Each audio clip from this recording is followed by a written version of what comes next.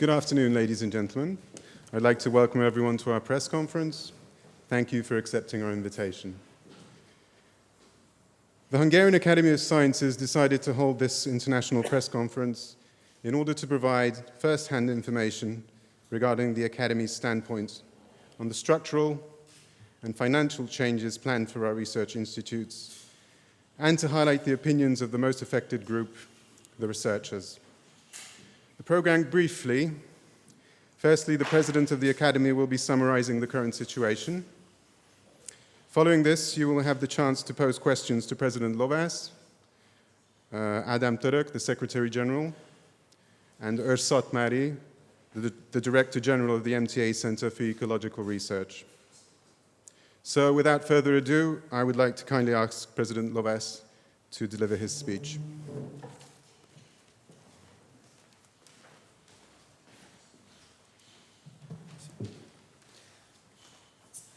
Ladies and gentlemen, exactly a year ago, the Hungarian Academy got an email which informed that the Academy law will change, is going to change, and the Academy got 54 minutes to react to these changes. These changes, among others, included a redirection of 2/3 of the annual budget of the Academy. So it was not a trivial change. Since then, the Hungarian Academy and the Ministry for Innovation and Technology have had many discussions, and eventually the ministry submitted a bill, which is actually, again, a strange coincidence in dates. It's just today will be discussed in the Parliament. We are critical in connection with this bill, and I would like to briefly sketch what our main problems or objections are. But allow me to start with just a very brief survey of what the Hungarian Academy is currently. The Hungarian Academy has really two parts. It's a learned society, 365 academicians, plus external and honorary members, usual structure for an academy. But we tend to represent much broader researcher, scientist groups. We have an Academy of Young Researchers established not long ago. And more importantly, we have 17,000 members of our public body. And this is not just a formal membership, because the members of the public body elect representatives. There are 200 representatives whom they elect to the General Assembly. So we think that the Academy is not just a club of old and retired scientists. It's a very active group in all age groups of research. And I must say that over the last year, all these groups, all these age groups have expressed their support for the Academy, and not only expressed their support, but have put in a tremendous amount of work, working out proposals, trying to mediate, trying to negotiate. So this claim I made that the Hungarian Academy is a representative of all scientists was amply supported by what happened over the last year. And then we have the research network, which consists of 15 research centers, and some of them are institutes, some of them are research centers composed of institutes, and about 150 research groups working at universities. Altogether, about 5,000 staff and 3,000 researchers compose this research network. And based on an output relative to the resources that are invested here, it is among Europe's finest research networks. Now, about what are these main points in this actually quite substantial 40-some page bill that has been submitted to the Parliament. The main, most visible element is that it is going to separate all our institutes from the learned society and create a new network called Eötvös Loránd Research Network. This research network, according to the plans, is governed by a governing board with delegates from the Ministry of Innovation and Technology and from the Academy. They will be represented in equal numbers, 6 members of the governing board representing each side, and a jointly selected president agreed upon by the Minister of Innovation and Technology and the President of the Academy, and all members will be appointed by the Prime Minister. The law also mandates free use of the existing properties of the Academy, a part of its existing central administration, and its successful grants and fellowships to operate the new network. State support will be maintained, but basic operational costs will not be guaranteed. For example, there doesn't seem to be any element or part of the budget that would cover the salaries for staff and tenured researchers. Previously, the law of the Hungarian Academy of Sciences guaranteed the freedom of research through a fixed basic operating budget. So what are the main concerns we have in connection with this government plan? No valid reasoning was given. I will come back to this, why this change is needed and why is it done this way. It provides tools for a strong, in fact, I think too strong government control over scientific research. It does not guarantee basic operational funding. It's in violation of the property rights of the Academy. And another concern is that the methods of negotiations we experienced over the last year are highly questionable.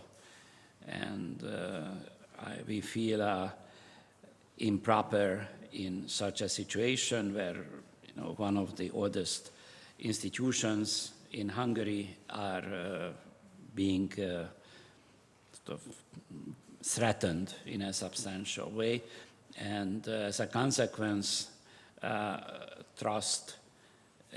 mutual trust had been eroded.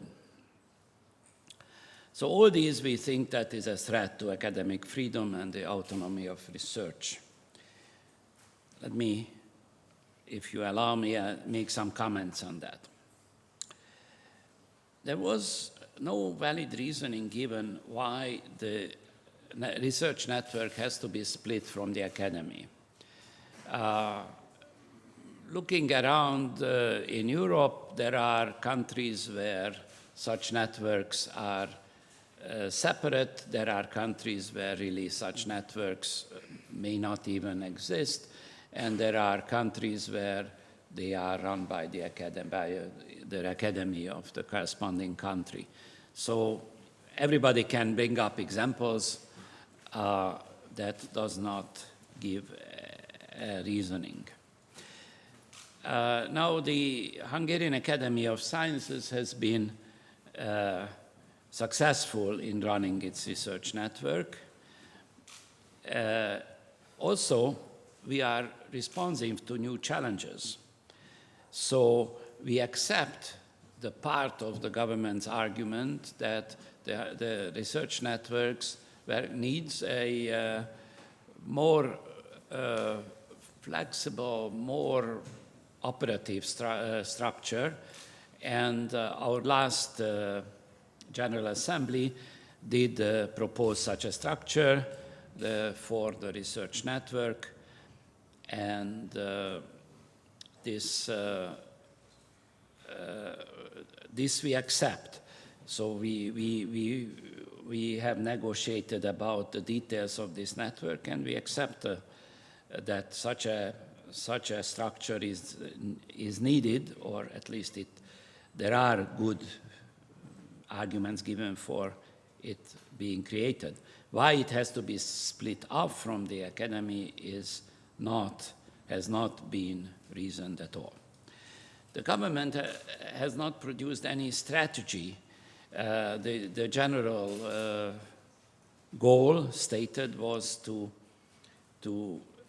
improve innovation activity in the country. We, of course, agree that this is an important goal. The innovation performance of Hungary is not as good as it should be, but no strategy has been provided for why this separation from the academy, or how this reorganized research network will be connected to innovation and thereby improve. Why would it improve the innovation activity in Hungary? Okay. So this is not the only question, but the most important question is, why should the network stay with the academy? What are our arguments? We have several, I think, quite strong and important arguments. First of all, the academy provided a well-established high-level quality control over the research work done in the research institutes. There have been important synergies between research institutes and the learned society, between the two parts of the academy. Let me just mention one example of that. When we realized several years ago that research concerning water in Hungary has sort of died down, and it was not as active as lots of things would motivate it. In particular, I can mention here the possible climate change, but there are other issues.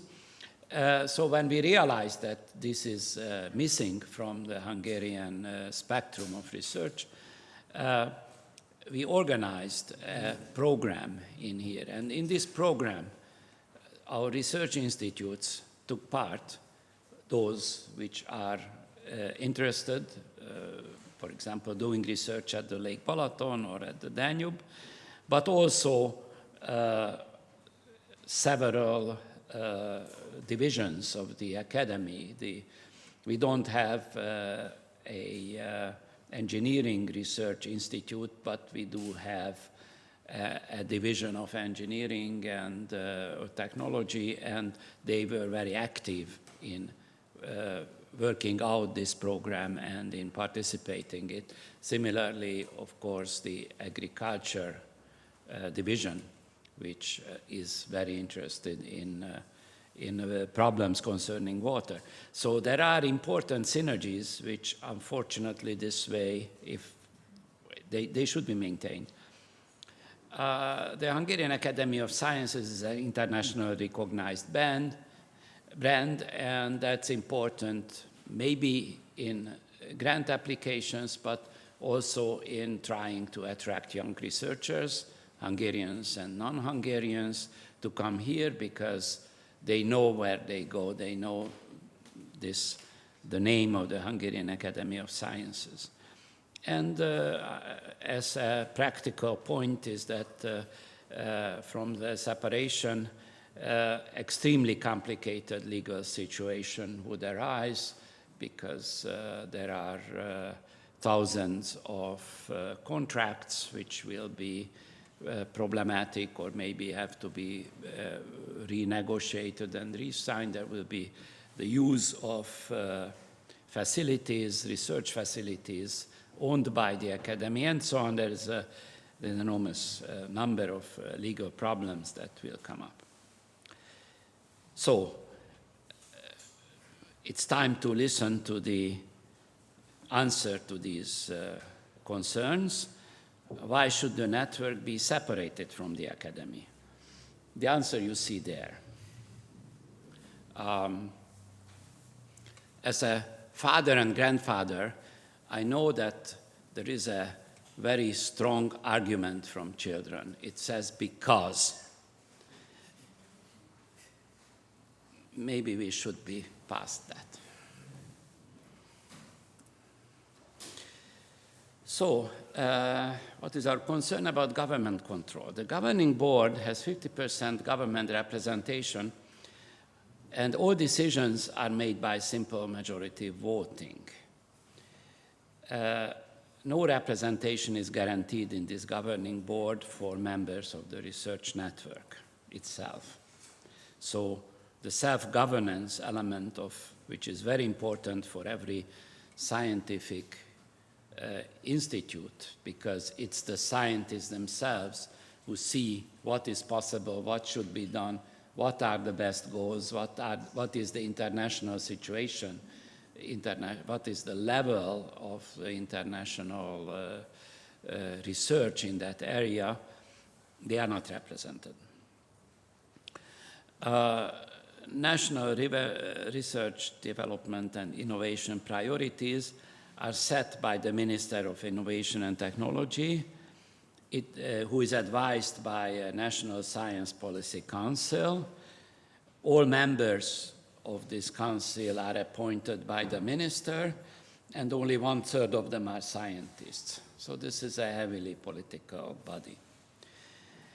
And at the same time, the National Research, Development, Innovation funding is distributed by the National Research, Development, and Innovation Office, which is under the control of the Minister of Innovation and Technology. So unlike in most countries in Europe, where these kind of agencies are independent from government ministries, this would be under the direct control of the Minister of Innovation and Technology. Now let me come to this basic funding issue, which is, again, I don't know of any research network in Europe which would not get some basic funding. By basic funding, I mean a funding which is fixed, and of course it can be modified with time according to how well the particular research institute works, but still it should cover the cost of permanent staff, long-term contracts. It is necessary for being able to apply for a number of grants where, for example, co-financing is needed and other similar situations. This is not guaranteed by the new law. So the research network will be increasingly reliant on project-based funding, which is available for government priorities. And long-term research agendas cannot be supported on a project-based and a grant application-based method. So think of things like research concerning how certain soils are developing under some kind of special kind of cultivation. this kind of research obviously takes decades to follow and can only be supported from some basic research grant. Blue sky research is the opposite. So if you are in a research institute and all of a sudden some exciting new basic research topic comes up, there should be some possibility to finance this before it gets to a position where you can apply for serious grants. It seems that any research beyond government priorities will be increasingly difficult to follow. And this also includes social sciences and humanities, which are even more reliant on government funding than research in natural sciences, where more grants are available. And so there was this last year. I have to mention these highly questionable methods in the course of negotiations because they did not create trust, and this trust would be needed. I mean, any system can work if the participants of the system trust each other and work together, then the details are not so important, but unfortunately this trust is not there. So there was this famous 54-minute deadline to give expert opinion on the amendments last year. The research budget of the academy, which is almost 2/3 of the total budget, was transferred to the ministry. And after that, the minister withheld this unlawfully, we think, these funds, did not release them at the beginning of the year, essentially saying that you either agree to my terms or you don't get any money. There were committees who were working very hard, and these were joint committees of the ministry and the education and the academy. They have worked out many compromises, and we were quite pleased that these compromises were accepted unanimously by these joint committees. The law disregards about half of these compromises reached by these committees. And of course, the General Assembly decided and made a proposal that provides more room for government involvement and opens up the possibility of fruitful cooperation in the line of innovation. And that was disregarded. It was even stated that the academy just opposes everything that's new. So in summary, the government plans are refused by an overwhelming majority of the Hungarian scientific community. Some of the most excellent researchers have already left the country, and support for us has been expressed by the overwhelming majority of all age groups, as I have already mentioned. The separation of the two missions of the academy will inhibit existing synergies. I think we are losing there without knowing whether there is any gain. The new institutional and financing network is against European principles of research funding and principles and examples, and threatens academic freedom, as I have explained.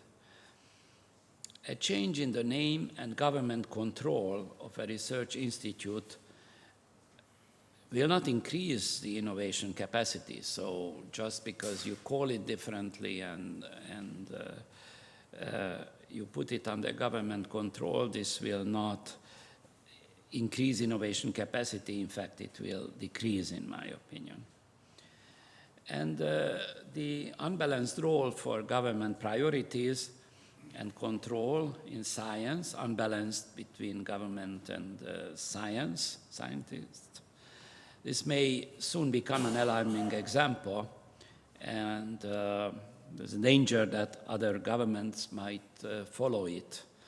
Other EU governments might follow it because we understand that it's attractive for a government to be able to influence more scientific research, in particular if there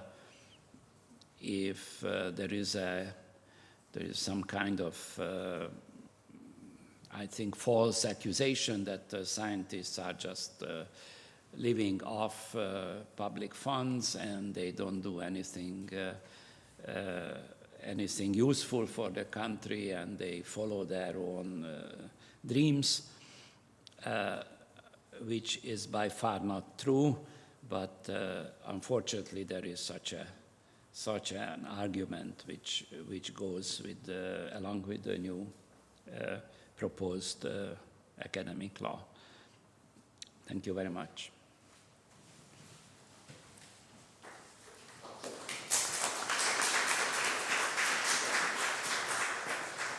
Thank you, Mr. President. Ladies and gentlemen, the floor is now yours. Our only request is that we will prioritize on the foreign language media because this is an international press conference. My colleagues will be carrying a mobile microphone. So, any questions?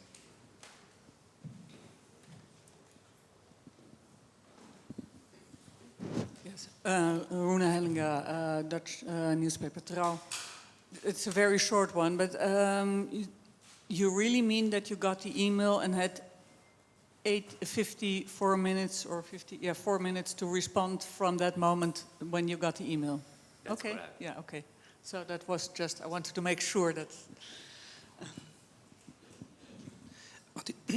Attila Pohl, German Public Radio, ARD. Mr. Lovas, what's remaining for you? What can you do just to keep your research network? Is there anything you can do for it? Thank you.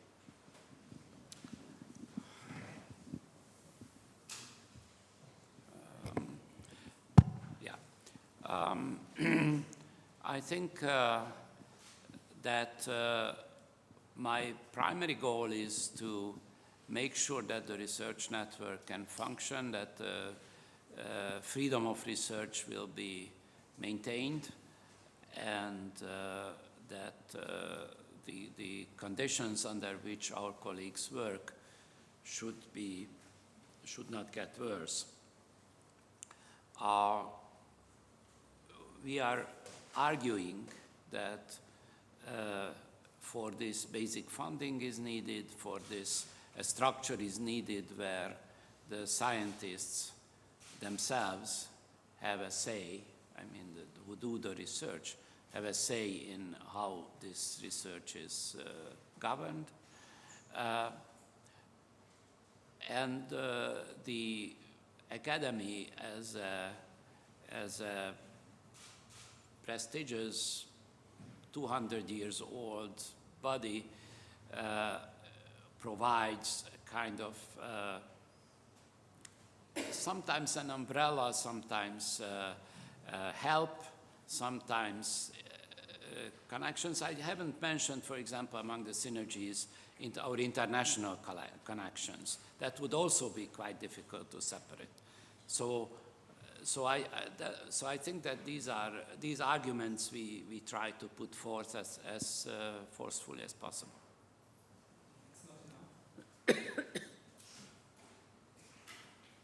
Well, we have no legislative power. You want to? Well, it's very important to understand, I think, that why is it so crucial that scientists are dominantly involved in the giving out funding for other scientists. You see, imagine that a politician gets really sick and the recommendation is that he must have brain surgery. Now, they are not going to vote on this in the parliament, right? They are going to ask the experts, the doctors, and the patient himself or herself is not going to inquire about the party membership of the surgeon. He is going to inquire whether the surgeon has a very good track record in brain surgery. This is why it is so crucial that this quality control exerted by scientists over scientific research is maintained.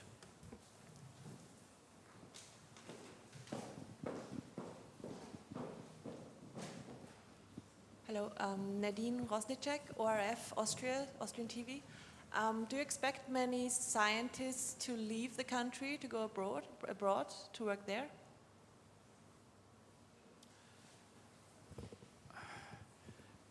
Well, I certainly hope not. And I'll do everything to try to keep our scientists here. There is also another element of this which is not as visible. It's for a, say, well-established scientist to leave is, first of all, very visible, and second, but for the scientists, it's a big move. However, we also need the young people who are coming, either because they just got a PhD in some other part of the world, and they might want to come home, or they are maybe not even not Hungarians, other nationalities, who would come because there is exciting research being done here. Now, the point is that these young people probably do not come at that rate, and that's even more dangerous because it's less visible. But on the long run, it can have more negative, also very, very bad negative effects. This is difficult to measure, so I hope that we can maintain, at least scientifically, a sufficiently attractive environment. Let me just add one point to this, namely, this country has experienced during the last 150 years a couple of hemorrhages of brains of scientists. In the late 30s first, in 56. This might be the third wave if we don't take care and don't try to reverse these processes which the president was talking about. I'm Pablo Grandi from the Associated Press. What would remain of the Academy without the research network? What would be its function, its use, if you don't have the research network anymore? Well, I think the Academy would still be an important institution in Hungary. We do hope that we can still award some of the most important or grants, in particular our flagship grant, the Lendület grant, which is very important. Negotiations are on the way about the fate of that grant. It's not sure at all at that moment, but we do hope. The Academy should still keep an eye on various branches of science all over the country. That was an important task of the Academy up to the 90s or so, and then it somehow got forgotten or the system didn't require it anymore. I think that this is important to indicate what are the new areas, but not just by conversation over a coffee table, but by actual work and there are others. So I think that it will be a very important loss, but we will work.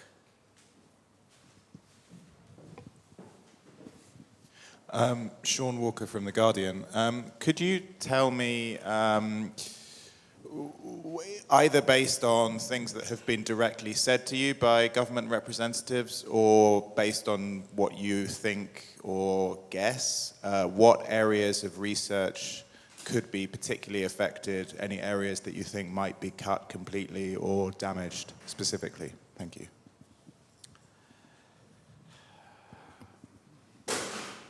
I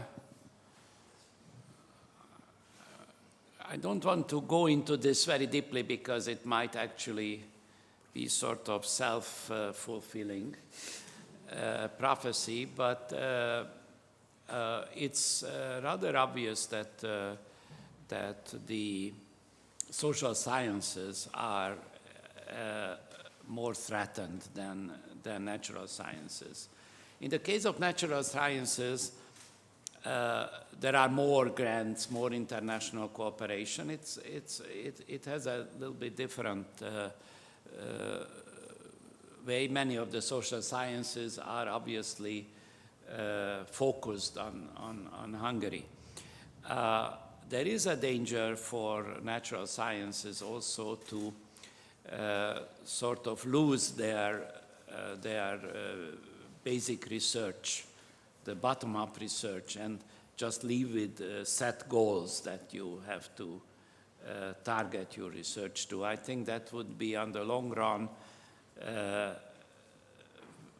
would have the result that the Hungarian science would sort of fall back behind the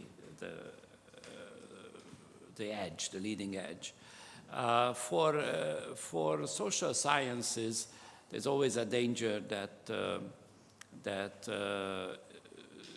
they conflict with politics, and there is a very important distinction between policy and politics, and that is not always completely understood by decision makers. So a research in sociology, in economics, in political science, in any of these law can have criticism concerning certain policies. And I think it's reasonable for the government to listen to these criticism.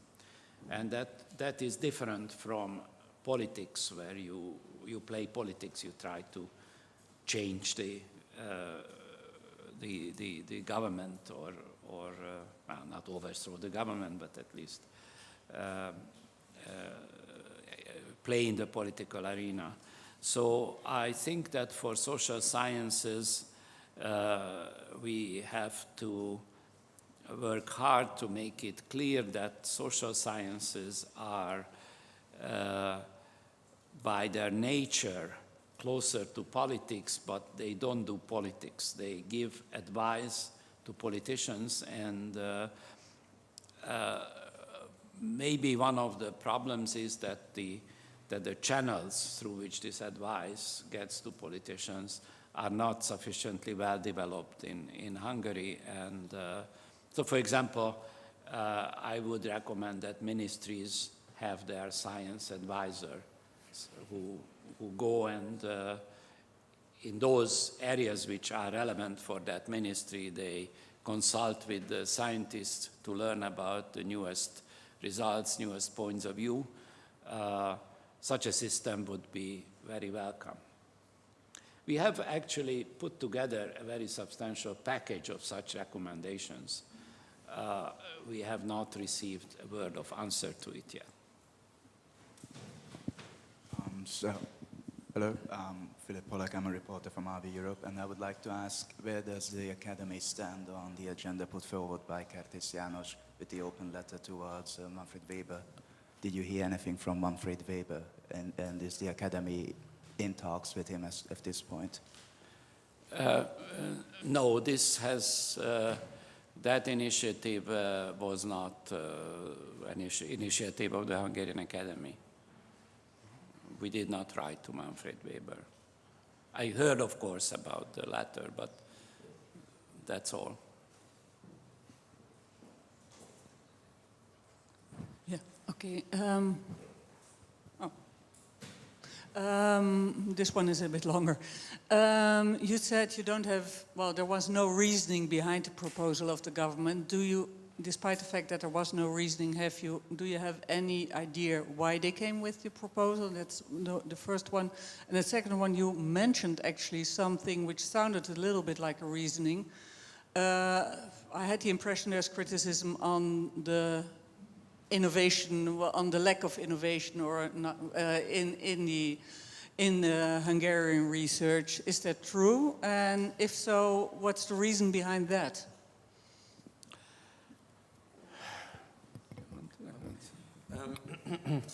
Well, this innovation business is a strange one because this was used as an excuse for the suggested changes. But if you look actually at the text of the proposed law, then there is no reference to this kind of necessary changes. But there is a lot of text about the control structure. That's point one. Point two is that, you see, one reason is that if you calculate on a per capita and per GDP basis how many researchers there should be in Hungary if you would like to be on equal footing with Germany, then you realize that a few thousand basic researchers and many thousand applied researchers are missing from the country. And you know that central support for research as such hasn't been increasing for many, many years in this country. So obviously there is a tendency, I would say, or there is some sign that at least some of the Hungarian scientists are not fully aware of the potential impact that they could have on innovation and technological development. But for that, I think other measures should be taken, such as, first of all, the expertise to build the so-called technology transfer units in the different research universities is not there in the country. That's a very special field. So first, the people have to be trained, and then those people can coach, this kind of processes of the interplay. But it's absolutely no use to order, well, I have used this example in the past, to order Michelangelo to make tables from tomorrow onwards, because that is what the nation needs. I mean, that's absolute nonsense in my mind. Do you have an idea what's the sorry, my first question was, the ministry didn't give a real reasoning behind it, but do you have yourself an idea why they came up with this whole proposal? They came up basically with one reason, which was statistical, namely that in an international comparison, Hungarian innovation system is underperforming. Now we just take two very basic data. The position of Hungary in the EU's innovation scoreboard is around 22 about. In GDP per capita, the same position of Hungary is about 23, 24. So the innovation performance is even better than the level of economic development. But this argument has been repeated by us several times to the ministry, and they never answered this.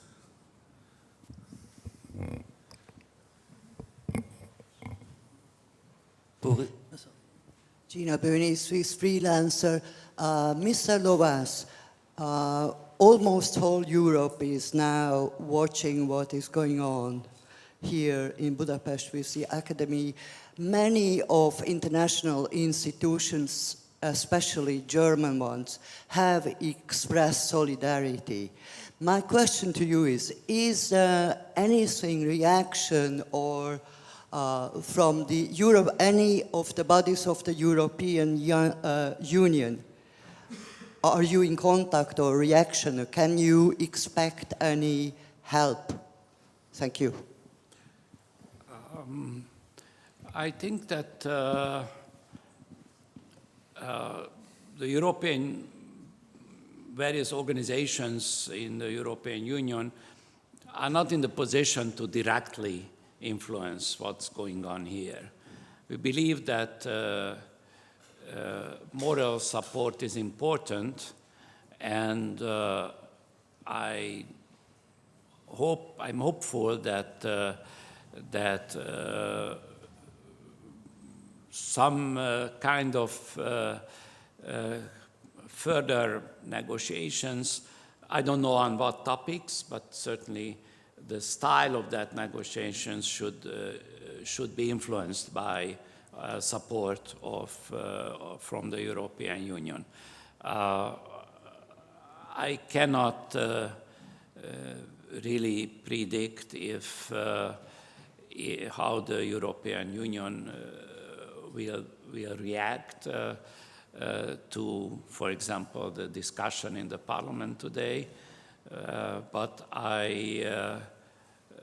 we do hope that support of those bodies expressed quite forcefully, for example, by the European Commission, that this kind of support does change some elements of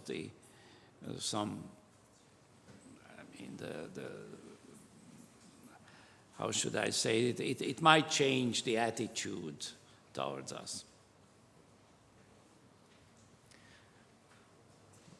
Okay. Boris Kalnoky, Die Welt. Just two short questions. Can you, just to clear up my mind, quite apart from the matter of political control, to your knowledge, does the government intend to cut or to increase total spending for research?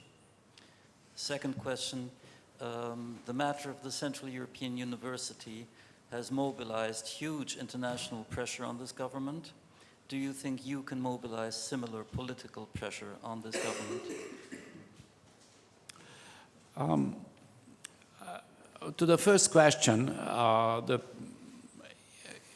it seems that the government will increase somewhat the financing of science. Of course, the question is how this will be directed to what goals and how is it distributed. As for your second question, our position is somewhat different from the Central European University. We are one of the oldest institutions in Hungary. I think in this case, the Hungarians should support us. We are not a foreign-based or foreign-financed institution. We need support from our own country. We cannot emigrate. Well, we cannot move to Vienna. Not everyone. At least not everyone, not as an institution. Go ahead. Peter Murphy from the French news agency. It's more of a follow-up to a previous question about what is your understanding of the real reasoning, what lies behind this? Is this about controlling the direction of research? Is it about controlling funding and who gets what from the EU or from wherever? And secondly, how much time is left? When does this go to vote in the Parliament? I mean, talking about the real reasons is always a guess, but I don't want to avoid the answer. So I think there are several reasons which somehow, several sources of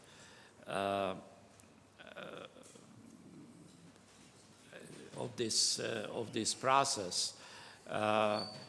Some of it is maybe an attempt to centralize even more than currently the country is centralized.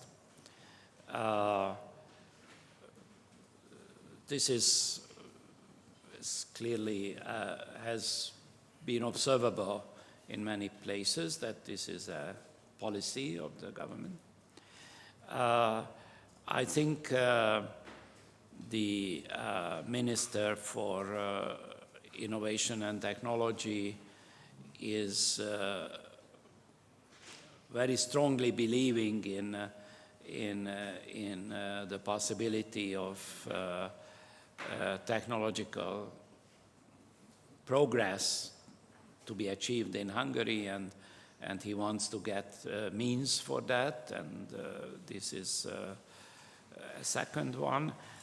And I think there are some personal,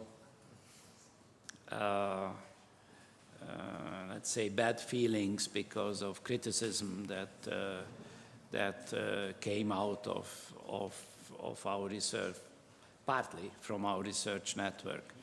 And actually our recommendation that I mentioned about having more direct channels to government was in part motivated by trying to avoid this kind of thing, so that some government personality who made a policy decision or introduced some policy, and this is maybe criticized or not completely supported, should not feel that this is a personal attack on him. And I think a more direct contract might help in this respect. Hello.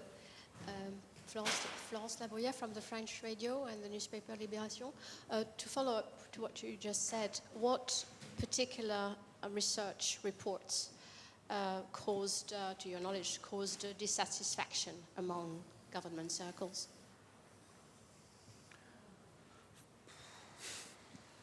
What particular research reports? Was it political science reports? Can you give us a couple of examples? I think these research results were related to previous policy papers produced about 2 years ago, 3 years ago. So basically the negative experience of the government on the academy has accumulated probably during the last 2-3 years. These research papers were like on education policy, on dual training policy, on economic policy in the first place, labor market policy, and also some criticism was due to the research policy of the government. Already such papers were produced 5-10 years ago. I think there was a certain accumulation of such kind of experience or negative feelings.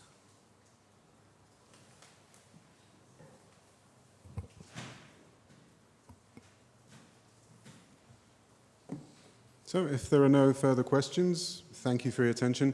A couple of technical details. Firstly, interviews that have been previously arranged will be conducted after the session. My colleagues will be assisting you in these. Also, I'd like to introduce 2 new interviewees to you. Emese Szilágyi, please stand up. She is a representative of the Hungarian Academy staff, and Gergely Szakács, who is an ERC winning research group leader. And also you can find all this material. Hopefully you received a press material, and all this is available online. There's a link within the press material where you can download it. And last thing, I would also like to invite you to a small reception which will be in the Krudi chamber in the lower ground floor. Thank you for your attention. Goodbye.